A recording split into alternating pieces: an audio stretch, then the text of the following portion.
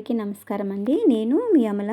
ఈరోజు మన వీడియోలో హోటల్ స్టైల్లో క్రిస్పీగాను టేస్టీగాను దోశలు అలాగే పల్లి చట్నీ ఎలా రెడీ చేయాలో చూద్దాము.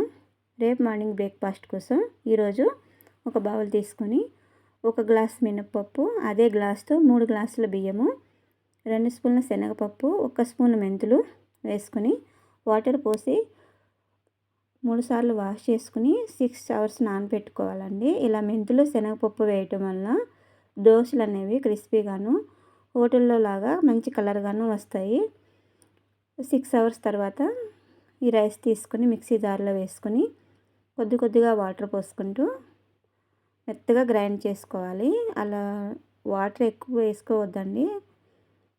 అంత పలసగాను కాకుండా అంత గట్టిగాను కాకుండా వీడియోలో చూపిస్తున్న విధంగా వచ్చేలాగా గ్రైండ్ చేసుకుని గిన్నెలో వేసుకొని మూత పెట్టి పిండి అనేది ఓవర్ నైట్ అలాగే వదిలేయాలి. మార్నింగ్ కల్లా పిండి పులిసి దోశలు వేసుకోవడానికి వీలుగా రెడీ అవుతుంది. ఇప్పుడు చట్నీ కోసం స్టవ్ వెలిగించి బాండి పెట్టుకుని స్టవ్ స్లో ఫ్లేమ్లో పెట్టుకుని 1 కప్పు పల్లీలు వేసి మంచిగా ఫ్రై చేసుకోవాలి. ఇలా స్లో ఫ్లేమ్లో పెట్టి ఫ్రై చేయటం వలన పల్లీలు అనేవి లోపల వరకు ఫ్రై అయ్యి చట్నీ అనేది టేస్టీగా ఉంటుంది. ఫ్రై అయిన పల్లీలను ప్లేట్లో తీసుకొని మన కారానికి సరిపోయే విధంగా ఒక 10 పచ్చిమిర్చిని 2 ముక్కలుగా కట్ చేసుకుని ఫ్రై చేసుకోవాలి. పచ్చిమిర్చి ఎప్పుడు కూడా కట్ చేయకుండా ఫ్రై చేయకూడదండి. అలా ఫ్రై చేస్తే అవి చింది మీద పడతాయి. ఫ్రై అయిపోయిన పచ్చిమిర్చిని ప్లేట్లోకి తీసుకొని అదే బాండీలో 1 స్పూన్ ఆయిల్ వేసి పోపు వేసుకుందాం. ఆయిల్ వేడయ్యాక క్రష్ చేసుకున్నవి 2 ఎల్లిపాయలు వేసుకుని పోపు కోసం ఆవాలు, జీలకర్ర, మినపప్పు, శనగపప్పు వేసి అవి ఫ్రై అయినాక స్టవ్ బంద్ చేసి 1 రెమ్మ కరివేపాకు కూడా వేసుకుని పక్కన పెట్టుకుందాం. మిక్సీ జార్ తీసుకొని ముందుగానే ఫ్రై చేసి పెట్టుకున్న పచ్చిమిర్చి, పల్లీలు, 4 వెల్లుల్లి రెబ్బలు, 1 స్పూన్ జీలకర్ర, టేస్ట్కి సరిపడా సాల్ట్ వేసుకుని మెత్తగా గ్రైండ్ చేసుకుని మనం ముందే పోపు పెట్టుకున్న బాండీలో ఈ చట్నీ అనేది వేసి బాగా కలుపుకోవాలి. కొద్దిగా వాటర్ కూడా వేసుకుని కలుపుకొని చట్నీ రెడీ అండి. చట్నీ పక్కన పెట్టేసి దోశ రెడీ చేసుకుందాము. ఇప్పుడు మనం ముందే రెడీ చేసి పెట్టుకున్న దోశ పిండిని తీసుకుని చూడండి ఎలా పులిసిందో. అందులో టేస్ట్కి సరిపడా సాల్ట్ వేసి బాగా కలుపుకుని పక్కన పెట్టుకుని స్టవ్ వెలిగించి దోశ పెనం పెట్టి దోశ పెనం వేడేలోపు ఒక చిన్న ఉల్లిగడ్డ తీసుకుని సగానికి కట్ చేసి పక్కన పెట్టుకోవాలి. పెనం వేడయ్యాక కొద్దిగా ఆయిల్ వేసుకుని మనం కట్ చేసి పెట్టుకున్న ఉల్లిగడ్డతోటి పెనం మొత్తం స్ప్రెడ్ చేసుకోవాలండి.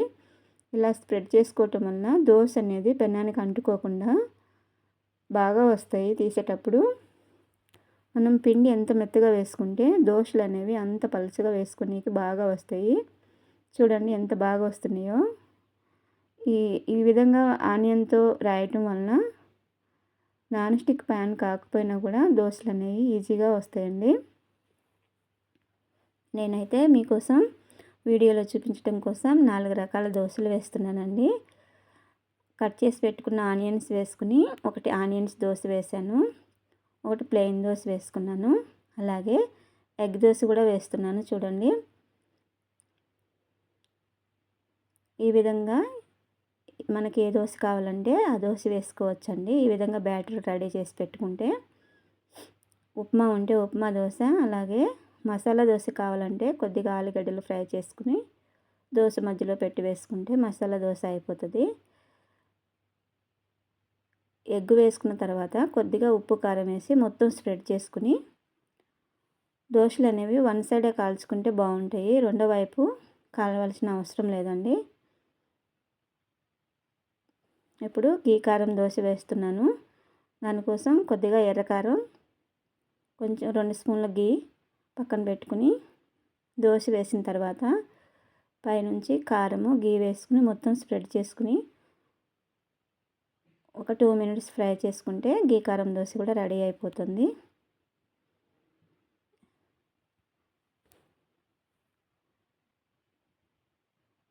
అయిపోయినాయండి నావి 4 దోశలు. చూద్దాం ఇప్పుడు.